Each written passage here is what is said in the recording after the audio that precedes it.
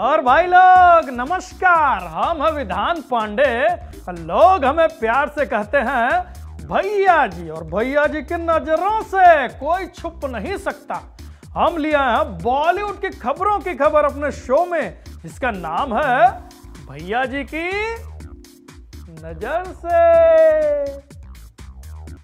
तो भैया एक वीडियो इस हफ्ते बहुत ही वायरल हुआ और वो था पाकिस्तानी अदाकारा माहिरा खान का। अरे वही माहिरा खान जो हमारे शाहरुख भैया की आने वाली फिल्म रईस की हीरोइन है। तो भैया माहिरा खान जो कि पाकिस्तान के जाने माने कॉमेडियन उमर शरीफ के एक चैट शो के दौरान उन्होंने कहा था कि हमें इंडिया से इंस्पायर नहीं होना चाहिए, हम बॉलीवुड नहीं हैं। और वहीं दूसरी तरफ जब इंडिया आई तो कुछ और ही कह रही हैं।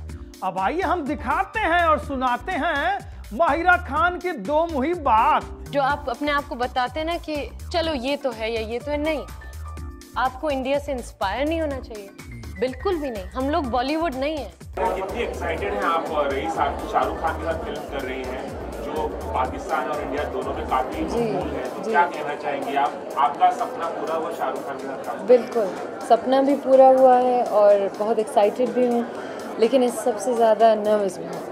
अब जो हम आपको खबर सुनाने जा रहे हैं वो बहुत ही निंदनीय है, शर्मनाक है। जिस वक्त पूरा भारतवर्ष नव वर्ष का जश्न मना रहा था, वहीं दूसरी तरफ भारत के बेंगलुरु में एक लड़की के साथ छेड़छाड़ की वारदात सामने आई, जिसकी हम घोर निंदा करते हैं।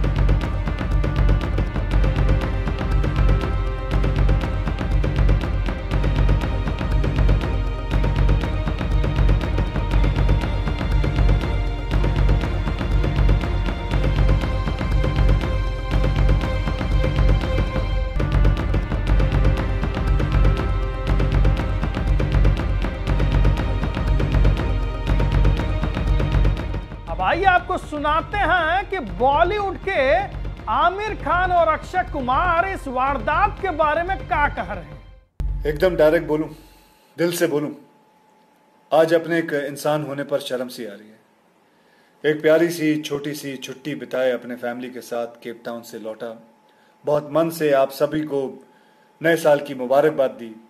अपनी बेटी को गोद में उठाए एयरपोर्ट से निकल ही रहा था कि टीवी पर कुछ न्यूज आ रही थी, वहां नजर पड़ी। बेंगलोर में नए साल के जश्न में कुछ लोगों का वहशियत सा नाच देखा, खुलेआम सड़क पर है? उसे देखकर पता नहीं आप लोगों को कैसा लगा, बाय गॉड, लेकिन मेरा खून खौल उठा। एक बेटी का बाप हूं, और ना भी होता तो शायद यही कहता कि जो समाज अपनी औरतों को इज्जत नहीं दे सकता, उसे अपने आप को इंसानी समाज कहने का कोई हक नहीं है। और सबसे ज्यादा शर्म की बात पता क्या है? कुछ लोग राह चलते किसी लड़की की हैरेसमेंट को भी जस्टिफाई करने की औकात रखते हैं। साले, लड़की ने छोटे कपड़े पहने क्यों? लड़की रात में घर से बाहर गई क्यों? अरे शर्म करो यार। छोटे किसी लड़की के कपड़े नहीं, छोटे आपकी सोच है। भगवान न करे जो बेंगलोर में हुआ है वो कभी आपकी बहन, आपकी बेटी के साथ हो। ये बदतमीजी करने वाले लोग किसी दूसरे प्लेनेट से नहीं है, ये हमारे यहां से ही हैं, आपके और मेरे जैसे घरों से ही हैं। हम सबके बीच में ही घूमते हैं ये दरिंदे। अभी भी वक्त है, सुधर जाओ। याद रखना, जिस दिन इस देश की बेटी ने पलट के जवाब दिया ना, भगवान तुम्हारी अकल ठिकाने आ जाएगी। अकल ठिकाने नहीं, सुधरोगे तो बात भूल जाओ, सीधा ऊपर सिधार जाओगे। और लड़कियों से भी मैं कुछ कहना चाहूंगा, लड़कियां किसी भी तरह लड़कों से अपने आप को कमजोर मत समझना। अपनी सुरक्षा के लिए पूरी तरह काबिल बन सकती हैं आप। ऐसी छोटी और आसान टेक्निक्स हैं लड़कों को संभालने के मार्शल आर्ट में। किसी के बाप में दम नहीं कि आपकी मर्जी के बिना आपको हाथ भी लगा सके। आपको डरना नहीं है, आप किसी से कम नहीं है, बस अलर्ट रहो, सेल्फ डिफेंस सीखो। और हां, अगली बार आपके कपड़ों पे आपको कोई ज्ञान देने की कोशिश करे ना तो उससे कहना कि अपनी एडवाइस को अपने पास रखें and mind your own business. Thank you, जय हिंद। देखिए, जो बैंगलोर में वो बड़ी दुख की बात है और इससे हम सबको बड़ा दुख होता है। हमको शर्म लगती है कि ऐसा हमारे देश में कभी होता है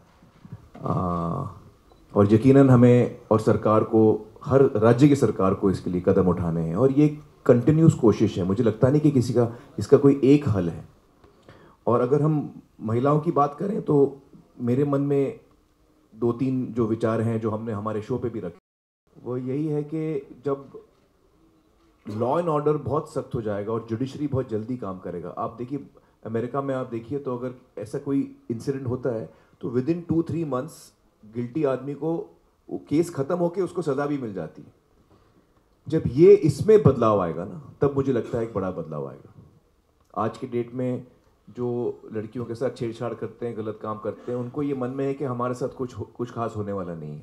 जब हमको ऐसे एग्जाम्पल सामने आएंगे कि विद इन 2-3 मंथ्स जिस आदमी ने भी ऐसा किया है, जिस व्यक्ति ने ऐसा किया है, वो बिहाइंड बार्स है, उसको लंबी सजा मिली है और कंटिन्यूसली हम ये देखते आएंगे, तब ये परिस्थिति बदलेगी। मुझे लगता है लोगों में डर पैदा होगा। तो भैया, जहां हमारे आमिर भैया और अक्षय कुमार जी ने इस हादसे पर घोर शब्दों में निंदा की, वहीं दूसरी तरफ जब मीडिया ने गोविंदा जी से इस पर राय जानने की कोशिश की तो गोविंदा जी अपनी ही फिल्म की प्रमोशन करते नजर आए।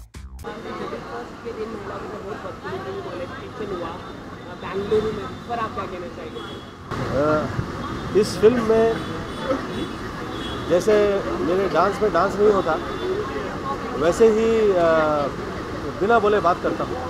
वैसे इस फिल्म में बिना बोले बहुत सी बातें की है और ऐसे कई सामाजिक आपको नज़ारे देखने मिलेंगे जिसका आपको इसमें एक अलग तरीके का नज़रिया देखने मिलेगा। साथ साथ नज़रिया आप देखेंगे तो मुझे उम्मीद है कि अब आपको ऐसा लग रहा होगा कि हर जगह पब्लिसिटी करने में लगे हुए हैं, परंतु सत्य ये है कि मुझे मेरा चित्रपट अच्छा नहीं लगे तो मैं कह देता हूँ। मैंने देखा है, मुझे ऐसा लगा है कि बहुत सी चीज़ें जो हैं उसमें आपको ऐसी देखने मिलेंगी कि उससे हल निकलेंगे। तो भैया, इस हफ्ते जो फिल्म रिलीज होने वाली थी वो थी कॉफी विद डी, जो कि किसी कारण से रिलीज नहीं हो पाई। हमें मिली जानकारी के अनुसार फिल्म के प्रोड्यूसर विनोद रमानी जी के बाद दाऊद इब्राहिम के राइट हैंड मतलब छोटा शकील के यहां से फोन आया। उन्हें फिल्म पर आपत्ति है, जिसके बाद फिल्म के रिलीजिंग को लेकर सवालिया निशान लग चुका है। अब आइए हम आपको सुनाते हैं इन दोनों के बीच हुई वार्ता का एक टेप। विनोद। हाँ जी, हेलो भैया, पता चला ना सुनील ने बोला कि नहीं बोला तेरे को?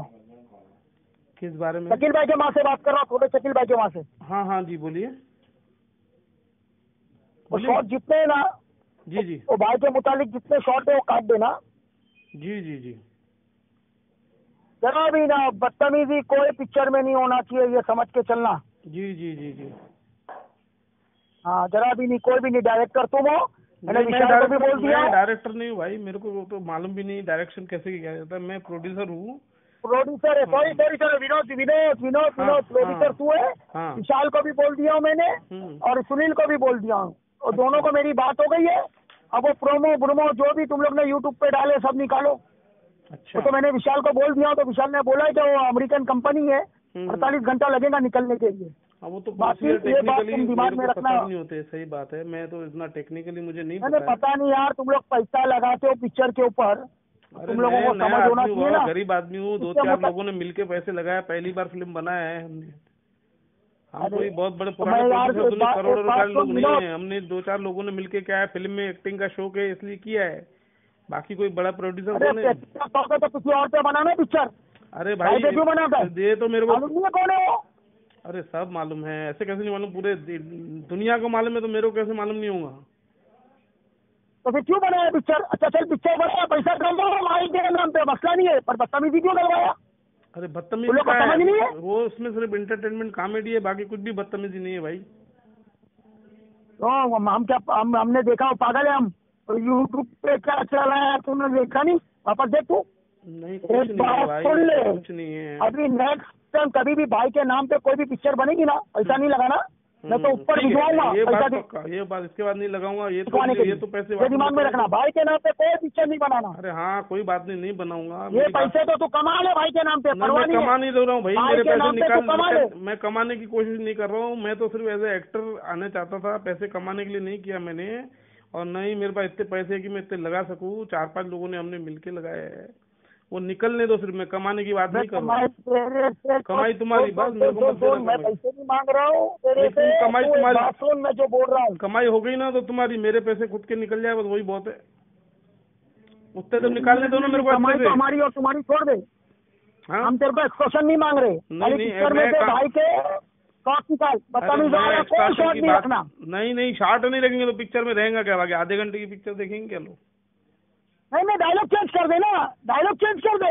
अरे भाई सेंसर हो जाती के बाद में नहीं होता ये सब चीजें ना, समझा करो। तुम हमारी बात तो समझो ना, हम तुम्हारी बात समझ रहे हैं, ऐसा नहीं समझ रहे। ऐसा नहीं करेगा तेरे को प्यार से समझा रहा हूँ, समझ नहीं आ रहा क्या?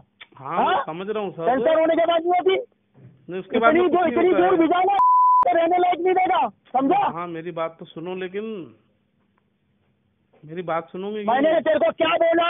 एक भी बदतमीजी वाला वर्ड रहेगा तेरे पूरे घर को मार दूंगा। अरे भाई बदतमीजी वाला कुछ भी नहीं है उसमें, बदतमीजी 3 शॉट जो चला है और मुर्गी वाला, पुलिस वाला, तो अंडा है तू।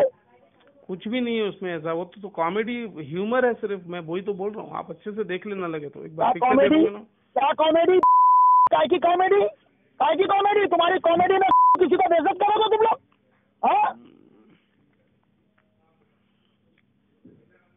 ये समझ लेना विनोद, कमाना है ना, आगे चलते हुए पिक्चरें करना है ना, तो मरना है, ये बता। नहीं मेरे को कोई पिक्चर नहीं करना है। ये पहली पिक्चर थी मेरी, वो भी एक्टिंग करने के हिसाब से किया है। मैं कोई प्रोड्यूसर नहीं हूँ, 4-5 लोगों ने हमने मिलके किया है। एक भी शॉट उसके अंदर, एक भी शॉट, पिक्चर पूरी दिखा पब्लिक को, वर्डिंग चेंज करा दे, डबिंग चेंज करा दे। हाँ ठीक है, बाकी कुछ नहीं, तू कमा खा, हमको कोई मतलब नहीं। भाई के नाम पे कोई बदतमीजी नहीं करना, ये समझा रहा हूँ। वो विशाल को भी समझा दिया, सुनील को भी। सबके एड्रेस, बच्चे, बाल बच्चे सब हमारे हाथ में, मानना शुरू करेंगे हम। नहीं ऐसी कोई बात नहीं, ऐसी कोई भी बात नहीं है। आप उसकी चिंता न करें। आप उसकी चिंता बिल्कुल ना करें, ऐसा कोई बात नहीं है। दिखाओ, सब दिखाओ, और बदतमीजी वाला कोई वर्ड नहीं दिखाओ। अरे भाई आप समझो, उसमें हीरो ही है। मैं क्या बोल रहा हूँ भाई, हीरो है। आप इंटरव्यू देखोगे ना तो उसमें भारी भाई है। मैं क्या बताऊँ, आप सुन ही नहीं। हाँ जो वो है, जो आप बोल रहे हैं उसको हम देख लेते, कैसे चेंज कर सकते हैं वो करवाता हूँ। विशाल से बात कर ले तू, ठीक है? हाँ ओके। आज हम जो आपके सामने खबर लेकर आए हैं वो बहुत ही दुखद है।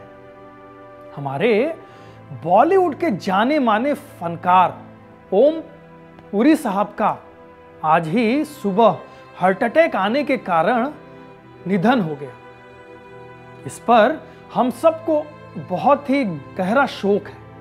अब आइए आपको ओम पुरी साहब से संबंधित कुछ यादें दिखाते हैं। ओम साहब का जन्म 18 अक्टूबर सन 1950 में हरियाणा के अंबाला शहर में हुआ था। सन 1976 में मराठी फिल्म से ओम साहब ने अपनी फिल्मी करियर की शुरुआत की थी। ओम साहब ने न केवल बॉलीवुड में बल्कि हॉलीवुड में भी अपने अभिनय का झंडा लहराया। 40 वर्ष के इस फिल्मी करियर में ओम साहब ने लगभग 300 फिल्मों में अपना योगदान दिया। उन्हें 2 बार नेशनल अवार्ड से भी नवाजा जा चुका है। ओम साहब को पद्मश्री सम्मान से भी नवाजा गया। हम ओम साहब के कभी न भूल सकने वाले फिल्मी योगदान को हमेशा याद रखेंगे और वो हमेशा अपने अभिनय के द्वारा हम सबको याद आते रहेंगे। तो भैया ये था ये हफ्ता बॉलीवुड का पूरा समाचार। हम अगला हफ्ता फिर आएंगे बॉलीवुड की खबरों की खबर लेकर अपने शो में, जिसका नाम है भैया जी की नजर से। तब तक के लिए नमस्कार और बाय बाय।